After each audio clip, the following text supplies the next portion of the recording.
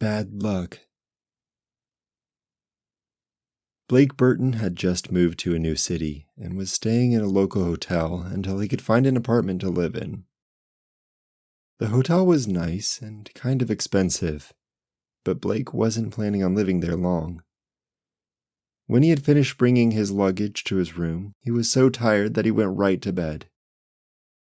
A few hours later, Blake woke up and looked at his watch. It was almost 3 a.m. He decided to get a glass of water before he went back to sleep, but when he sat up, he saw a black cat sitting in front of his door. "How did you get in here?" he asked. The cat just sat there staring back at him. Blake walked over to the door and opened it. After the cat walked out, Blake went back to bed and fell asleep. The next day was a day of unpacking and trying to find an apartment, but Blake couldn't find one that he liked. When it got too late, he decided he would try again in the morning. Once again, Blake was exhausted. He fell into bed, and before he knew it, was fast asleep. Around 3 a.m, Blake was awoken by a scratching sound coming from the door. He sat up and saw a black cat standing by the door, scratching at it. "That's weird," Blake said. "If I keep seeing you, it's probably bad luck." He got up to let the cat out, except this time when he opened the door, the cat just sat there, staring up at him. Its green eyes glistened in the light of the hallway. "Well, go on," Blake said, trying to shoo the cat out with his foot. The cat suddenly scratched at his foot and hissed. Blake jumped back and stared at the cat. It took a couple steps into the hallway, then it turned back to him. It almost seemed like the cat wanted Blake to follow it. Blake was starting to feel like there was something strange about this cat. He grabbed his jacket and followed the cat into the hallway of the hotel. When the cat saw Blake following, it walked further down the hallway. The hotel was eerily quiet, and Blake was starting to feel uneasy. The cat led Blake all the way to the end of the hall, and he found himself standing on top of the hotel staircase. The cat looked at him, then it started down the stairs. Blake followed it all the way to the bottom of the stairs until they reached the very last floor.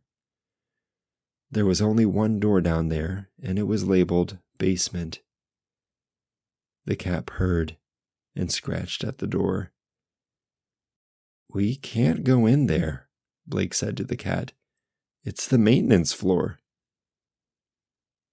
The cat arched its back and hissed at Blake until he opened the door. Blake followed the cat as they walked through the poorly lit basement of the hotel. There were plumbing pipes and electrical wires overhead and puddles on the floor. The cat went around a corner, and Blake found himself in a large storage area with dusty furniture and bathroom fixtures. They walked all the way to the end of the room where a big, antique mirror was leaning against the wall. "All right, what did you lead me down here for?" Blake asked when the cat stopped walking. The cat sat on the ground looking up at him. Then it looked at the mirror. Blake looked at the mirror, but what he saw made his hair stand on end. He saw his reflection in the mirror, but instead of a cat standing next to him, it was a young girl with long blonde hair.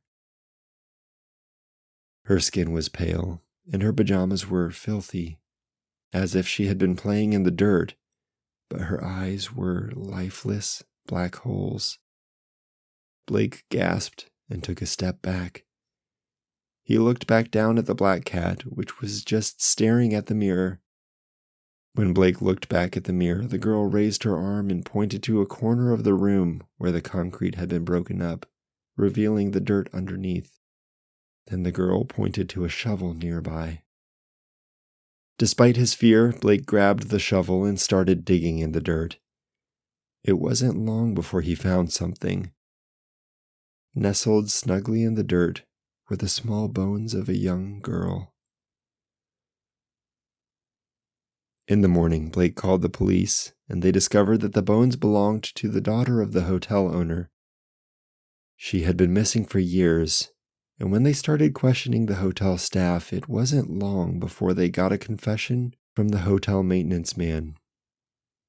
He had planned on kidnapping the girl for a ransom, but accidentally smothered her to death when he did it. He buried the girl in the basement, figuring he would never be caught since he was the only one who ever went down there. The Moth. The building towered over the 4-story parking deck. From the offices high above, you could see the heat radiating from the blacktop below. Jim worked on the very top floor of the building and normally didn't mind coming into work. But that day, the air conditioning had broken and the top floors of the building were uncomfortably hot. Jim had just taken his suit coat and tie off to cool down a little when his coworker Dan walked in. "Hey, Jimmy," Dan said. "I think I'm going to hit the road early today. It's just too hot to focus on anything." "Sounds good," Jim replied. "I've got to finish a few things up, but then I'll probably be right behind you." After Dan left, Jim kept working on his computer, but with the sweat dripping from his forehead into his eyes, he couldn't make himself focus. He turned toward the window and stared down on the city. Waves of heat rose from the hot pavement below, and it made the landscape almost look like a hallucination. When Jim looked down towards the top floor of the parking deck, he saw Dan walking towards his car. He felt sorry for Dan because he had parked all the way in the back of the parking lot, forcing him to make the long, hot walk to his car. All of a sudden, Jim saw something he could not believe. He saw a large, black shape making its way down from the sky towards Dan.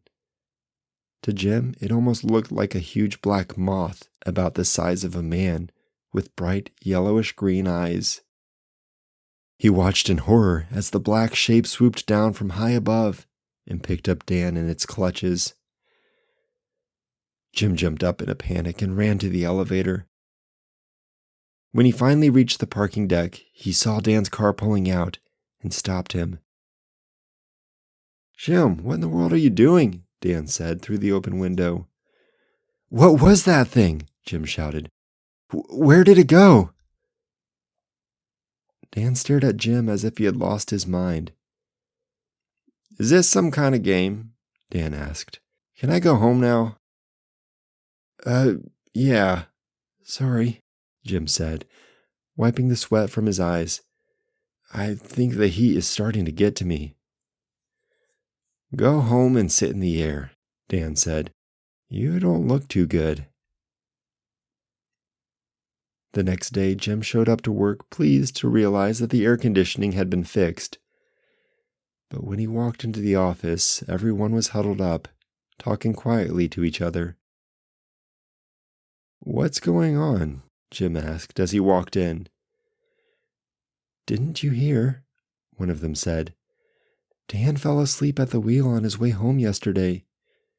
He swerved into oncoming traffic. Everyone involved in the accident was killed."